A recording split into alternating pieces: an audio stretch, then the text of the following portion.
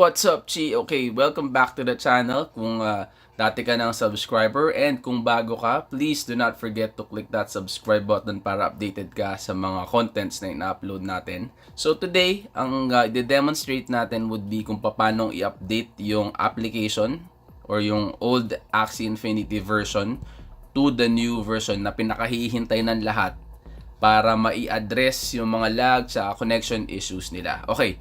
So, simulan natin by downloading yung installer. So, go to the website axieinfinity.com and then sa top right, yung tatlong line, tatap nyo lang yan and then tap nyo yung play now.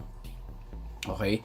So, meron na ako niyang Axie Infinity na installer na yan. Pero for the sake of this tutorial video, download na lang din natin siya ulit.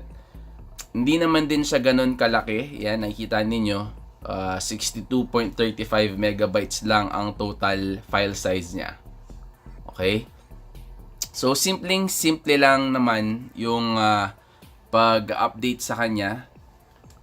Ngayon, ito yung ituturo ko sa inyo is yung kahit naka-install pa si Axie Infinity, pwede naman nating itap yung downloaded na file natin para automatically i-install niyo yung update. So, do you want to install an update to the existing application? Your existing data will not be lost. Okay, so i-update niya lang yung file. Tap niyo install and pag smooth yung installation niya, walang error whatsoever, pwede niyo nang i-open yung app. Okay? So, ayan, katulad niyan, app installed, pwede niyo nang i-open. So, ang i-expect niyo dapat would be version, yan, nasa baba, version 1.0.0 AC. Yung old version is 1.0.0 AB. So, yun naman siya. So, eto na, subukan natin. I-scan natin yung code. Punta naman tayo sa website.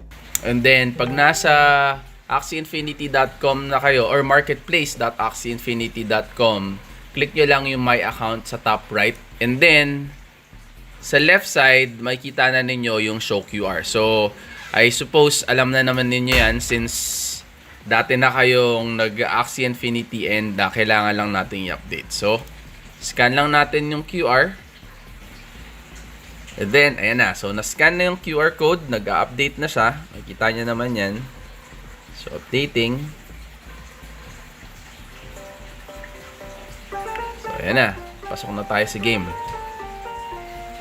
So currently meron ng 17 of 20 na energy and nalaro na siya kanina sa computer. So yung computer is already updated and itong phone is ganon yung pag-a-update niya. So check nyo din yung channel natin para sa iba pang mga Axie Infinity na mga contents.